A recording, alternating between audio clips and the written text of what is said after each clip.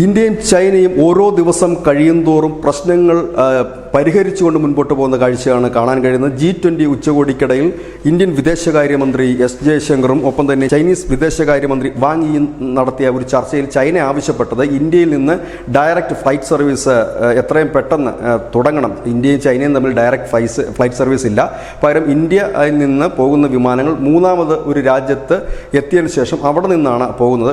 ഡയറക്റ്റായിട്ട് flight service തുടങ്ങിക്കഴിഞ്ഞാൽ ചിലവ് കുറയ്ക്കാൻ കഴിയും. ഒപ്പം തന്നെ വിസ നിയന്ത്രണങ്ങൾ ലഘൂകരിക്കാനും ചൈന ആവശ്യപ്പെട്ടു. ഏതായാലും ഉടൻ തന്നെ ഇന്ത്യയിൽ നിന്ന് ചൈനയിലേക്ക് ഡയറക്റ്റ് ഫ്ലൈറ്റ് സർവീസ് ഉണ്ടാകും. 2020 നാം വിമാന സർവീസ് നിർത്തിവെച്ചത്. അത് കോവിഡിൻ്റെ ഒരു പശ്ചാത്തലത്തിലായിരുന്നു. പിന്നീട് ഇന്ത്യ ചൈന ബന്ധം ഉലയുന്ന ഒരു സാഹചര്യം കൂടി കണക്കിലെടുത്തുകൊണ്ടാണ് വിമാന സർവീസുകൾ നിർത്തിവെച്ചിരുന്നത്. അത് പുനരാരംഭിക്കാൻ തീരുമാനമായിരിക്കുന്നു. കൈലാസ് മാനസരോവർ യാത്രയും പുനരാരംഭിക്കാൻ തീരുമാനമെടുത്തിരിക്കുന്നു. ഇതിനിടയിലാണ് പുട്ടിൻ്റെ ശ്രദ്ധേയമായൊരു പ്രസ്താവന എത്തിയിരിക്കുന്നു. പുട്ടിൻ പറയുന്നത് ഇന്ത്യയും ചൈനയും തമ്മിൽ ചില പ്രശ്നങ്ങളുണ്ട്.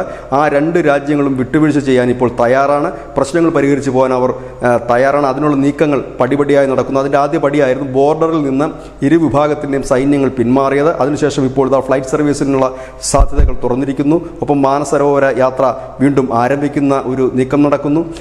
ഇതെല്ലാം ചൈനയാണ് മുൻകൈ എടുക്കുന്നുള്ള ശ്രദ്ധേയമാണ്. എന്തുകൊണ്ട് ചൈന മുൻകൈ എടുക്കുന്നു എന്ന് ചോദിച്ചു കഴിഞ്ഞാൽ, ഡൊണാൾഡ് ട്രംപ് ജനുവരി 20 അധികാരം ഏറ്റെടുത്തു കഴിഞ്ഞാൽ ആദ്യം ചെയ്യുന്നത് അമേരിക്ക ആദ്യം എന്ന നയത്തിൻ്റെ ഭാഗമായി അവിടേക്ക് ഇറക്കുമതി ചെയ്യുന്ന സാധനങ്ങളുടെ തീരുവ കൂട്ടുകയായിരിക്കും. അങ്ങനെയെങ്കിൽ ചൈനയുടെ തീരുവ 100% ചൈനയിൽ നിന്നുള്ള ഉൽപ്പന്നങ്ങൾ അമേരിക്കയിലെത്തുന്ന ഉൽപ്പന്നങ്ങളുടെ തീരുവ അല്ലെങ്കിൽ ടാക്സ് 100% ഉയർത്തുമെന്ന് ട്രംപ് തിരഞ്ഞെടുപ്പ് കാലത്ത് തന്നെ പ്രഖ്യാപിച്ച കാര്യമാണ്.